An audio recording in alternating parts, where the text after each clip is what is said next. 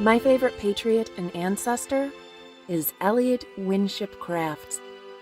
Among other things, she was the wife of a Minuteman.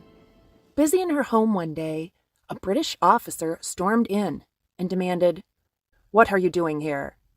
She replied, "I am running bullets to shoot your soldiers with, and were I a man, I would use them too." Well, I love her for her courage, but I've always wondered, what did she look like? And what was she wearing that day? Oh, I wish I had a picture of her. What were they wearing in 18th century colonial America? Before the designers and the hype, what was the world's runway? And how did the colonies find out what was in fashion? Well, you won't be surprised to learn that fashion cues came from London and Paris. But after about 1770, it was Paris exclusively, because the colonies didn't want fashion or anything from England. So the world's runway was comprised of three things at the time. The first was fashion icons. Enter Marie Antoinette, her royal majesty of excess.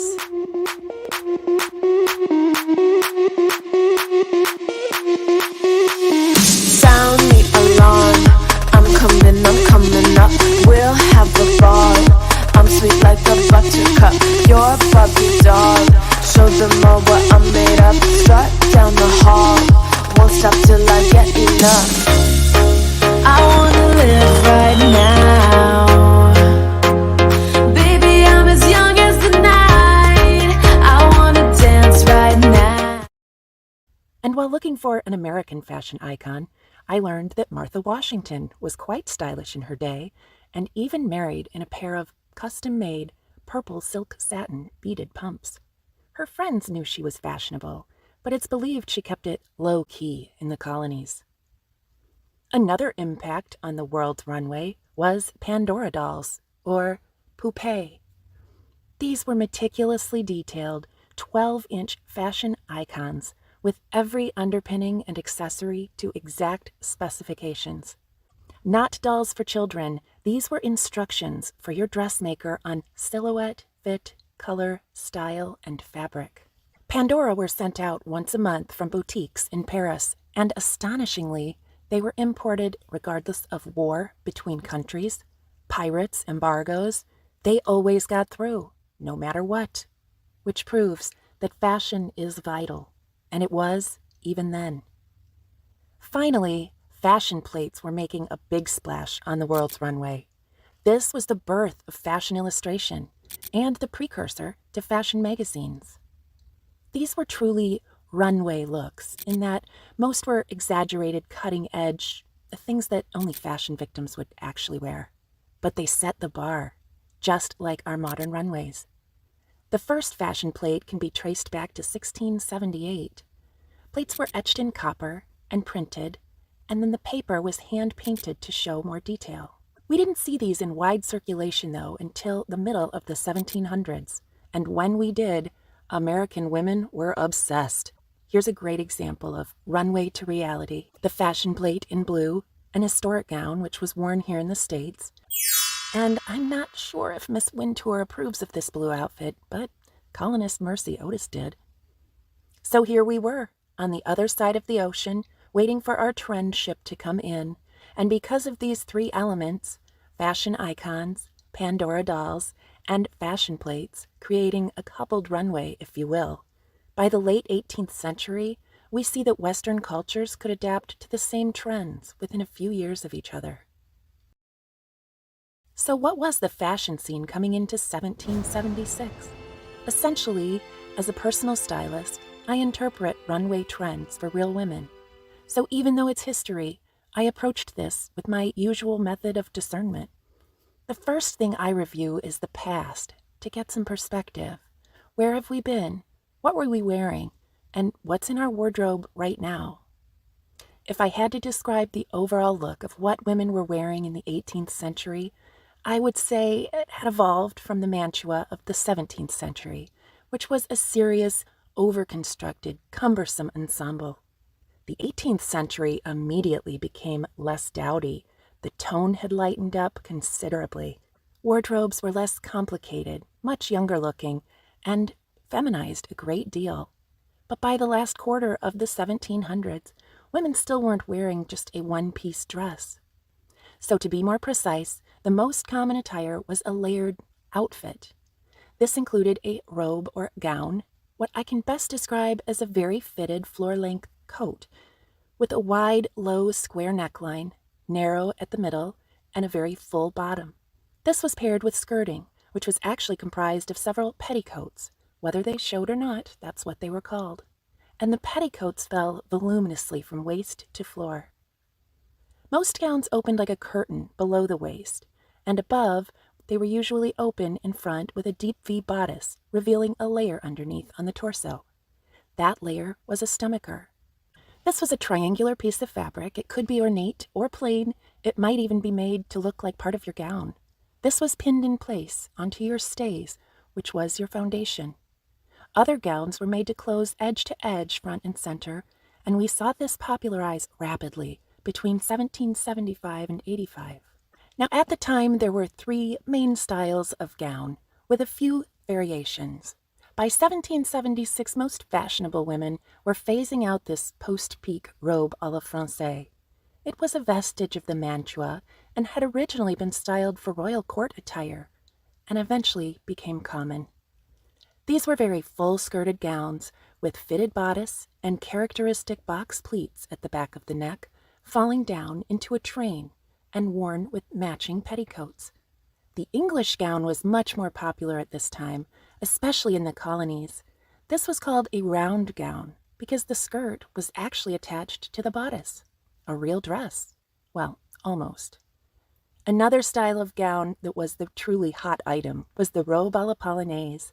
It was very similar to the other gowns, with a closely fitted bodice and open front, but the back of this darling was picked up and tucked into swags and puffs, what we would call a bustle today. The polonaise was also worn with slightly shorter petticoats. Another option was separates. There was the Perot jacket, which resembles a sparrow, the French meaning of the word, a charming, close-fitting, waist-length jacket with a sprightly peplum in back. This was pinned edge to edge in front without a stomacher. And then there was the caraco jacket, a rather mature, formal piece, fit in flare shape and hemmed anywhere from hip to knee. This was worn with matching or contrasting petticoats, some with or without a stomacher. I'm always fascinated to watch the evolution of silhouette on the catwalk. From a review of history, we can see it was a narrow, conical torso with prominent uplifted bust, narrowing to the waist and widening suddenly into substantial floor-length skirting. Necklines were wide and low to just above the cleavage, although in Paris they were well below the cleavage. Shoulder and sleeve were close-fitting and just below the too scandalous to show elbow. Much like they do today, the foundations enhanced and molded a woman's shape. Every age and class of women wore stays, and most also wore a bum roll or a split rump to maximize the fullness of the skirts and accentuate the waist. Fashion editors always analyzed the details, and in the late 18th century, there were more details than you can imagine. This was the era of Rococo fashion. Maximalism in pastel. All the details were purely feminine and extravagant. There was thread made of silver, ultra-girly ruffles, puffs, and bows, excess fluff and froth, layers of lace at the end of every sleeve, ornately woven trims at every edge, all manner of flora and fauna, scalloped edges, embroidery, brocades, tassels, fringe, trains, pleats, beads, and applique. It was over the top. Anything you could embellish was embellished. Necklines, shoulders, cuffs, shoes, ruffles, hems. Powdered wigs were also worn in elaborate, precarious vertical shapes, with many rows of neatly pinned curls, and those were also adorned with feathers, fruit, flowers, pearls, ribbons, jewels, lace. Color sets the tone on any runway. Fashion editors love it, and so do we. The Rococo era was a vision in pink, blue, yellow, lights, brights, pastels, and even prints. which one would hardly need with all of the frippery. Incidentally, Marie Antoinette made white the new black in 1783, but we're coming to that. Now, the obvious foundational role in fashion is fabric, of course. And at the time, it was extraordinarily complicated for a number of reasons. One of them, well, all of them, being cost. First, King George had ruled that England would be the only importer of fabrics to the colonies, and along with that, a steep tax that would go into his pockets. But either here or abroad, cloth was the primary expense for clothing. Production technology was still developing, thus costly. In fact, labor was cheap. Most women could easily afford a dressmaker. Fabrics, though, were so precious that garments were deconstructed and restyled numerous times for up to 100 years. When fashions changed, you or your dressmaker would disassemble your clothing stitch by stitch and figure out how to create new looks.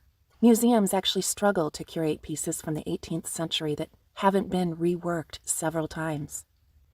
From 1650 to the 1770s, cotton was highly desired, but it had obstacles, and America wasn't a major grower or exporter yet.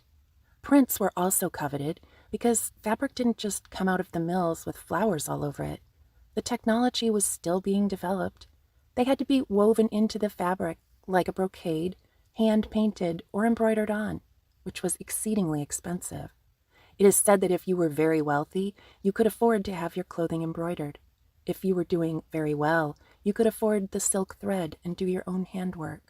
But thread was expensive, so commoners were left with little choice but to wear plain, solid fabrics. In fact, despite the material issues and the high-low class structure, this was a period when you wore fabric, either high quality or a lot of it, like a status symbol to display your riches. Royal court attire was styled specifically to show off your wealth by how much material you were wearing when you were presented. That's where we see these elaborate horizontal showcase gowns that literally required wooden structures to support the fabric and hold up the garment underneath. Some of these textile issues were getting ironed out, though, with current technology, and incidentally, that's the next factor we're going to look at. Technology and innovation. There was a fascination with the intricate laces of the Rococo era. Advanced methods enabled more delicate, ethereal laces, the likes of which we had not seen. Lace patterns were designed by men and then made collectively by women in workshops.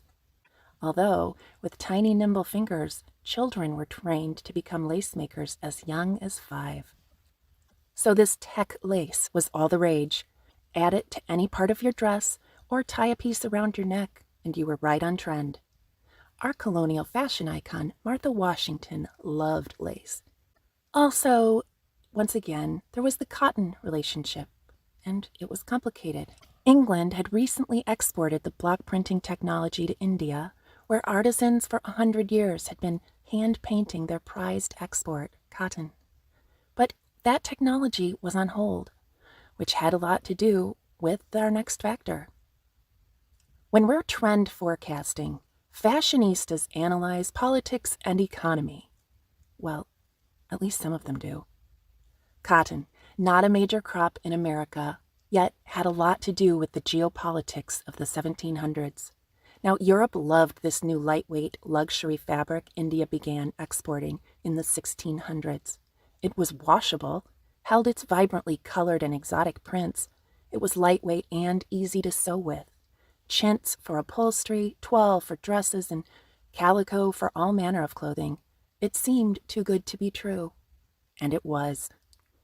You see, the silk weavers of France and England were a very powerful force.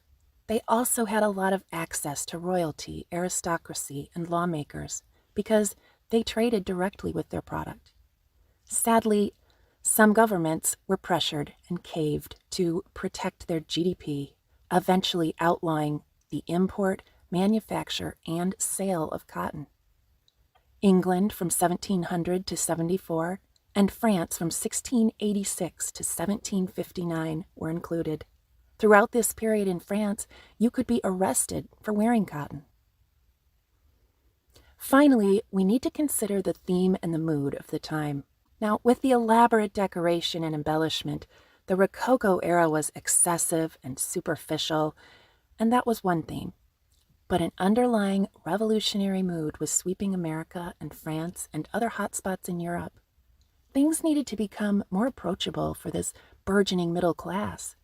We see a decided shift between 1775 to 85 to a more natural, relaxed, pastoral mood in fashion.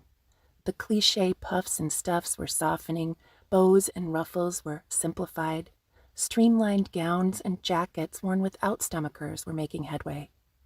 And then, in the wake of the American Revolution, Marie Antoinette caused a fashion revolution. In 1783, she wore a white chemise-styled dress of sheer layers of cotton without her foundations for a portrait, and it changed everything. Suddenly, white was the new black, and nature was en vogue. The airy and soft simplicity of lightweight sheer silks and cottons began to replace contrived, stuffy fabrics. Cotton was legal again, so let's go with the flow. Hats became larger and floppier, with all manner of natural accoutrement, flowers and feathers. Hair went from tightly pinned vertical shapes to loose, tumbling, horizontal styles. In short, we loosened up. Fashion helps us express who we are and what we stand for. So how did the trends translate in colonial life? Well, Americans are cut from a different cloth, and we left Europe for a reason. Colonists were hardier people. We took chances, crossed the ocean, built new lives, and created a republic.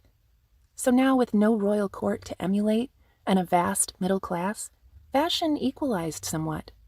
Most white women and free black women dressed in similar gown and petticoat ensembles of the day, regardless of station. Colonists were also more practical and conservative in dress because of the scarcity of fabrics at the time. We were also more modest, with Quaker and Puritan roots. And Americans worked. Women created a great deal of commerce by making, selling, and trading soaps, candles, and other items. And a majority of women were homemaking, cooking, mothering, laundering, sewing, working the farm, tending animals, and often planting in the fields alongside the servants. So we wore our skirts shorter. Yes, we showed our ankles. Like me, you might wonder, did the American Revolution affect fashion? Oh, yes, it did. American women made a powerful political statement that played a key role in our rebellion. Now, we had been the primary purchasers of household and personal goods, and we had influenced trade in the colonies for more than 150 years. But following the Stamp Act in 1766, a newly formed group of women named themselves the Daughters of Liberty and made the best fashion statement of all time. They refused to wear imported fabrics. But there was no fabric produced in America. So they began spinning and weaving at home, in the town square, at the homes of patriots, in government offices, in churches and schools. Well, the press was enthralled, and stories of the spinning bees spread like wildfire. The Daughters of Liberty made Liberty cloth and urged everyone to wear it. This was the homespun movement. Fabric was scarce throughout the war. We needed to dress ourselves, yes, but we also needed to dress an army of soldiers, and we needed tents, blankets, and bandages. The Daughters of Liberty propelled an entirely new industry in America and became heroes at the same time. I hope you're enjoying our strut down the historical catwalk. Fashion is fun, but I have a secret for you. There's a big difference between fashion and style. Fashion is just the things you can buy. Style is your perception of it, how it relates to you, your wardrobe, and your lifestyle. Essentially, style is how you interpret fashion, and it creates your visual personality. In my 25 years of dressing women, I've learned that understanding and tuning into your own unique personal style will change the way you get dressed and often change your life. Of course, knowledge is key. So now that we have a good read on the cobbled runway and the fashion-related issues of the 18th century, we should be able to figure out how it translates to one very brave middle-class colonist in Massachusetts. Let's get dressed. The first thing a woman wore, and probably woke up in, was a plain scoop-neck, three-quarter sleeve linen shift or chemise. Your shift protected your skin from the harsh fabrics and kept perspiration, dirt, and oils off of your clothing, because we didn't bathe regularly and the outer clothes were not washed often. The next thing you're going to put on is your stockings. They were made of wool or linen, and they came in many colors, but they didn't come with stretch. So you would pull them on past your thigh and then tie a garter or just a ribbon in place below your knee to hold them up. Now we'll put on our shoes, which were generally made of black leather or a very sturdy treated cloth in a low heel style. Buckles came separately, so we need to install those every time we put our shoes on. Are these the pilgrim shoes of our forefathers? No, they are not. Do they look like it? Yes. It's time to put on our stays, or bodies, which are worn right on top of your shift every day without exception. This is a stiff, boned foundation worn for propriety and to support and shape a woman's figure into the fashionable conical shape of the day. It also provides structure for your gown to lay smoothly and supports the other garments you'll be wearing. Stays should not be confused with the corset of the 19th century. They weren't meant to cinch the waist into an impossible ideal, nor did they displace ribs, cause fainting spells, or any of the other horror stories that belong in the 19th century. Stays weren't worn tightly, and they were actually comfortable. They provided vital back and abdomen support for working, lifting, carrying children, and walking long distances. Posture was very closely associated with health, and a straight back was next to godliness. Because they were believed to help with health and posture, children started wearing stays as toddlers. Boys generally stopped wearing them around 7 when they got their first pair of breeches, but it was not unheard of for a man to wear stays. Stays were made by a professional staymaker and consisted of 3 layers. The outer layer would be wool, linen, silk, or cotton, and maybe plain or decorative. If you had a lot of money to spend, maybe it was made to match a specific gown. The inner layer was made of buckram, which is a stiffened linen, and the lining was hopefully something soft, cotton or silk. All 3 layers were stitched together then by creating vertical channels on the entire garment, like a quilt. Then each channel was filled with baleen, which was whalebone, or balsam wood, or even reeds or cane. A lightweight cotton muslin could also be tacked in and was replaceable, because these garments were not washed, and you had them for 2 or 3 years. By the time of the Revolutionary War, these had been worn by all classes and ages of women for more than 100 years. It's time to insert our busk. This was a long, narrow piece of wood or whalebone, often a gift from your husband or lover. Many busks are inscribed with a message such as, "I wish to be held between your bosom," and that's exactly where it's held. Your busk is inserted into the front of your stays to keep them from buckling and to help support your posture. No underwear were worn. Shape-shifting is one of the oldest tricks in the fashion book. In the 18th century, women used some enhancement, usually with panniers, pocket hoops, or a bum roll or split rump. Most typical in the colonies was a bum roll, which went right around the waist on top of your stays and was filled with shredded cork, sawdust, fabric remnants. Pockets were a very clever accessory, and they weren't sewn into garments at the time. They were single or double and attached to a strap that was tied around your stays at the waist. Often you've decorated your pockets with your very best embroidery, or maybe some quilting. Large and deep, these would hold your sewing kit, scissors, money, and always the key to your spice cabinet.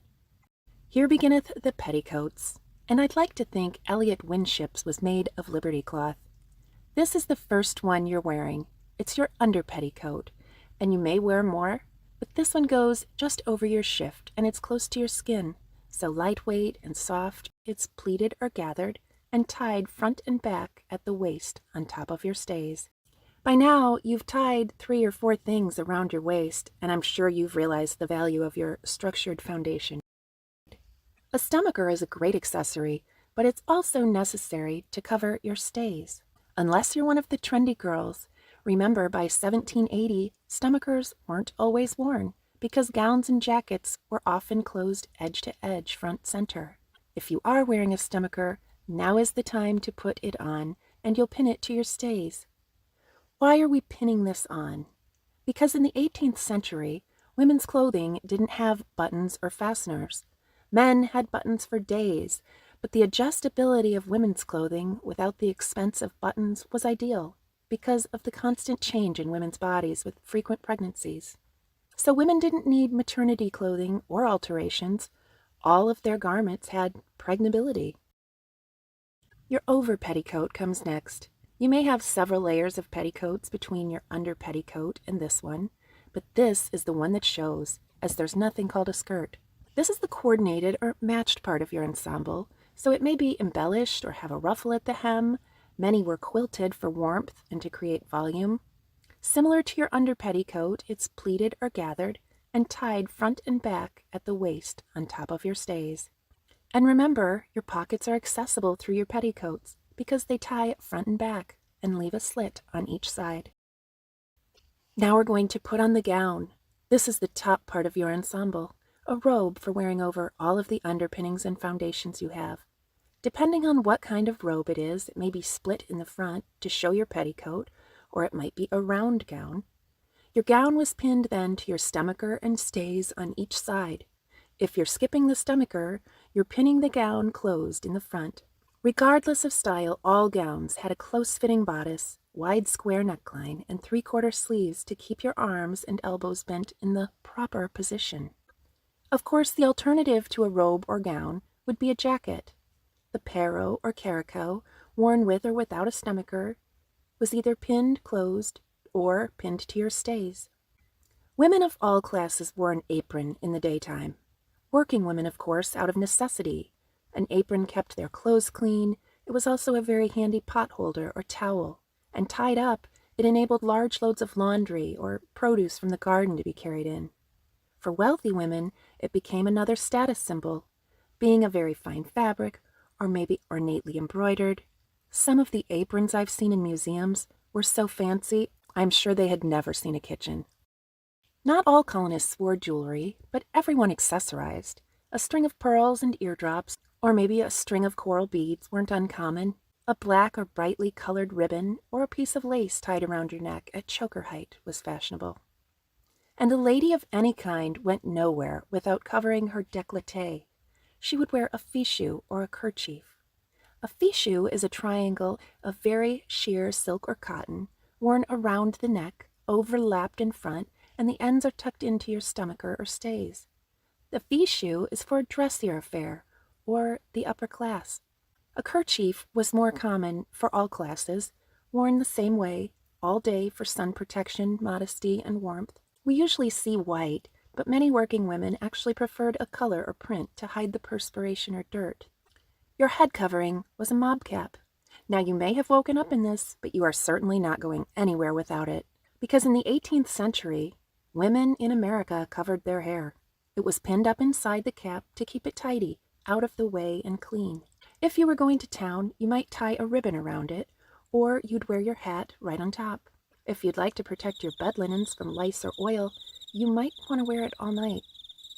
In the summer, most colonists wore a large-brimmed straw hat with a very shallow crown. Tilted vertically towards the face and tied around the back of your neck, these were the perfect protection from sun. Also popular in the colonies was a black silk market bonnet. These had a stiff bill and an oversized puffy top. Remember, there were also the larger, floppier-brimmed hats adorned with all manner of feathers and flowers, ribbons and jewels. Whatever you could throw onto your hat is apparently what was coming out of Paris. Regardless of your choice, you always had your mob cap underneath, with one exception. If you had a very tall, vertical, powdered wig hairstyle, you would have a calash, which was a boned, domed contraption to maintain the coif. At last, we've come to outerwear, and as far as I can tell, there weren't many choices. It was pretty much a red hooded cape or cloak. Depending on your age, region, or station, it may be lined in fur or quilted for warmth, and they were made in varying lengths. Now, every colonial lady likes to keep her hands protected from the sun in the work that she does. Most often, they wore gloves or mitts that extend past the wrist, but most common was fingerless mitts, very convenient for using their colonial tech devices. Finally, we are dressed. And now that I have all of the details of what my favorite patriot would have worn the day she encountered the British officer, my picture of Elliot Winship Crafts is coming into focus.